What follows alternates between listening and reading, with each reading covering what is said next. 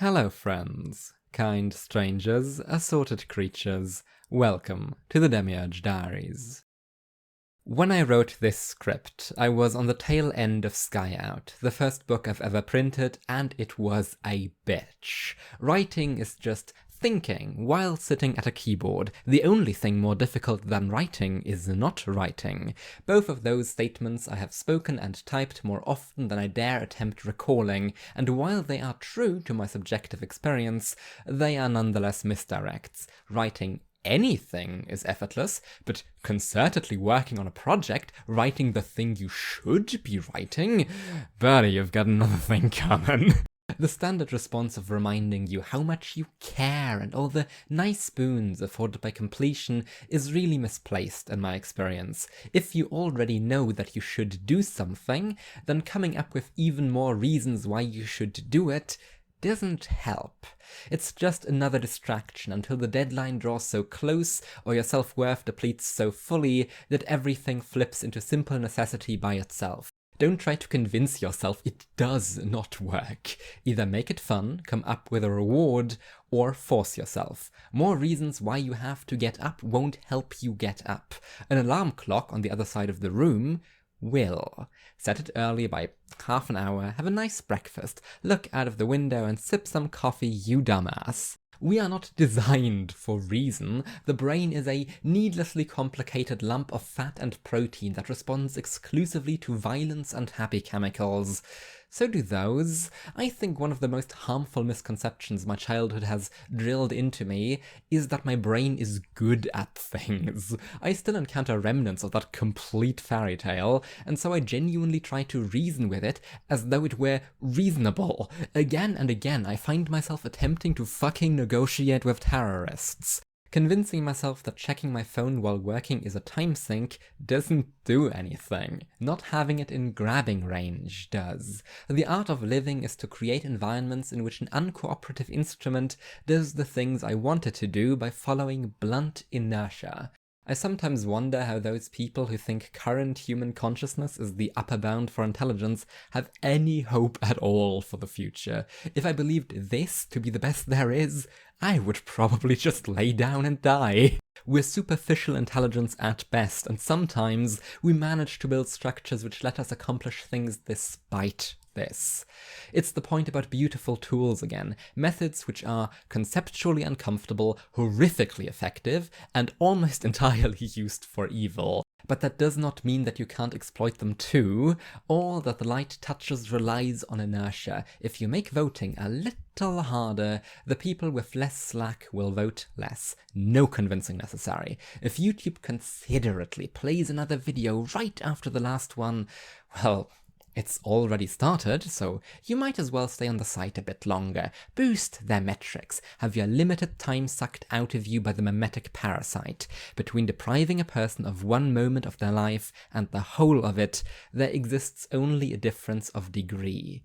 I am very averse to having my time wasted, because I am very averse to being killed. Anyone who would rob me of seconds affirms that they do not value my existence in doing so. When was the last time you saw an ad that actually tried to convince you that you need a product? They don't. Just show it to some catchy music, bright colors and smiling people, rewire some brains such that it will pop out when they see it in the store, that it will look familiar, trusted, positively connotated. We used to have magazines. When people wanted to find things they didn't know they wanted, they could pick up one of those. It's unconsented only because we don't by default want this shit. The demand has to be manufactured. Please, for the love of God, tell me that you are watching this video with adblock on. uBlock Origin is good. I also recommend Unhook and SponsorBlock for YouTube. I've conditioned myself to reflexively look away from billboards before I can process what I'm seeing, because this whole idea is so unbelievably gross to me. Not just the old line of how disgusting it is to weaponize art in order to sell products, but this sneering, self-satisfied display of power. Look what we can force into your brain. We can hack you at any moment, at any corner, interspersed in all media. The world you inhabit is ours. We get to decide what's put in your mind. We get to squabble over who can fabulate more little emptinesses in your soul that can only be filled by our signature junk. everyone accepts that this is normal, you're crazy for pretending it isn't. Doesn't that make you feel alienated? Well, don't worry, we've got an app for that. Case Pollard is the most realistic character ever written. How could anyone look at marketing and not get physically sick? Whenever you aren't maximally vigilant, the market will use your brain for evil, because the environments it builds are sloped in such a way that inertia serves its end. Wherever you have control, make inertia serve yours. For those moments and settings where no external aids come to mind, I found meditation a far more successful strategy than rattling arguments at myself. Try it, it's so good as a task transitioner. That immense hurdle you feel if you want to start something, meditation does wonders for that. Other task transition helpers include, but are not limited to, set an alarm in a different room, ideally one in which the task you want to do is located. Set your computer to automatically turn off at a given time. Meals, and don't you dare watch a YouTube video while eating, you fuck. Having the thing you want to do always in sight and grabbing distance, so that any stray thought about it can immediately be capitalized upon. Getting a friend to punch you in the face at random intervals. You are spoiled for choice. A problem I've noticed which might tie into this is that I don't think people take themselves seriously enough. Not in the stuck-up can't take a joke way, but the your decisions and well-being matter way. I sometimes hear folks say something they'd like to do, learn, some person they'd like to be, but instead of considering how they'd get there, what changes and sacrifices they might have to make, they do it with a tone of, isn't that a silly bit of daydreaming? Sure, some things are very hard, some are genuinely impossible, but a lot of these would actually just require putting one foot in front of the other in a different direction for a few years. The time will pass whether you do something with it or not, as the pithy Tumblrism goes. And sure, sometimes the ends don't justify the cost on deeper consideration, or sometimes something else justifies it better, but that's not the same as disregarding it out of hand.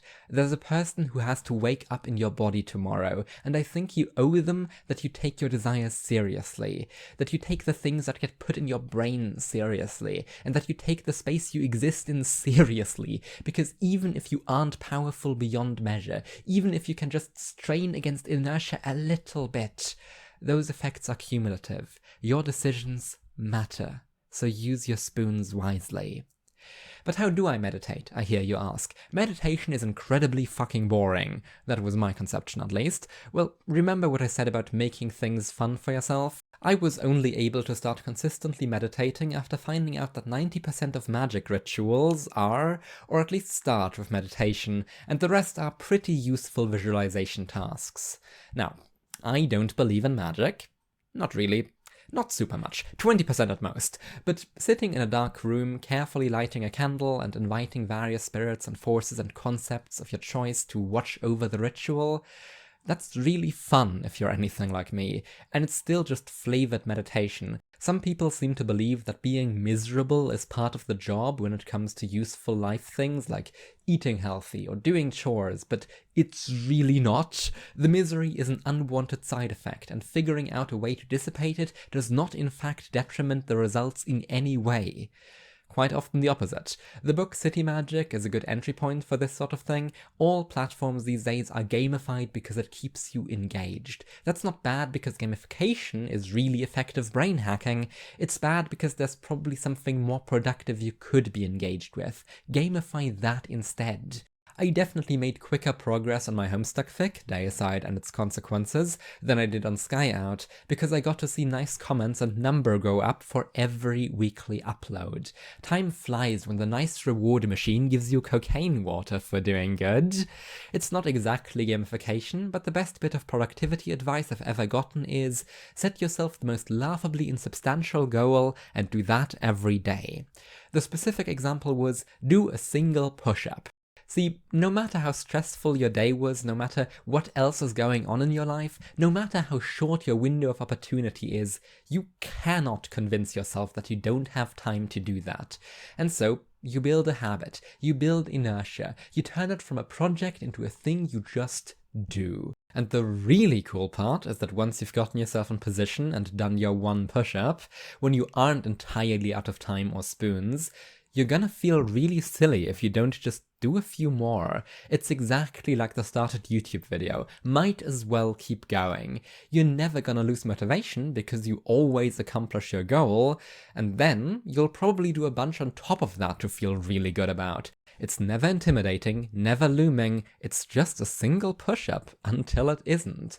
Until you've suddenly binged a whole season of the show you only want to watch an episode of. Because the corporations know this works, it's time you learn to use their weapons. Write a single sentence a day, doodle something, anything, so long as you get yourself to reliably hold a pencil and a piece of paper, go outside and walk 3 steps. Do it daily and let inertia take the wheel. The advice about getting someone to deck you in the face was a joke, of course, but back to the forcing side. Yes, get friends involved. Few things are as effective as group pressure. Don't even try to deny it. You are not immune to propaganda, and you can use that to your benefit. I recently did a write a light novel in a day with a friend, inspired by an old Trixie video, and it wouldn't have been nearly so easy to keep going and power through the slumps if I hadn't had the sound of another keyboard click-clacking along beside me. It's not good, but writing it was helpful. I like being perfectionist. Most people probably do. It's where nothing gets made and where the streets are littered with useless idea guys who still haven't grokked that the world would be better off with a flawed version of what they have in mind than with none at all.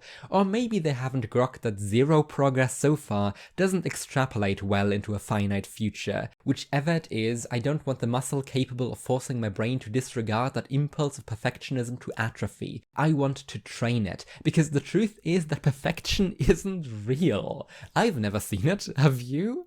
Which is a great thing and a terrible thing and vitally necessary if we want to remain velocities. I'd hate for anyone to live a year beyond the magnum opus of their younger self and not come up with a single thing they'd do better now. That doesn't mean that they should have waited a year longer. It will still be true for the next interval and the one after that. Completing imperfect pieces is part of what teaches us to do better, and that's all it ever is. Better. Good isn't a point you reach. Nothing is ever good enough. Good isn't good enough. At best, it's as good as your brain can imagine right now, and here at the Demiurge Diaries, we don't think all that highly of brains. Good is a forward, always ahead, never reached. Everybody dies frustrated and sad, and that is beautiful, for how terrifying would it be if we ran out of forward? So, how do we proceed? I will stop pretending to be swayed by cogent arguments when it comes to these things. All of philosophy is primate psychology at the end of the day, so I've decided to declare war. In light of repeated negotiation failure, I will wage righteous battle against the primate brain, with violence, alarm clocks, and all the happy chemicals my garbage dump of an endocrine system can muster. That's a promise. And possibly a threat, if you care to join me.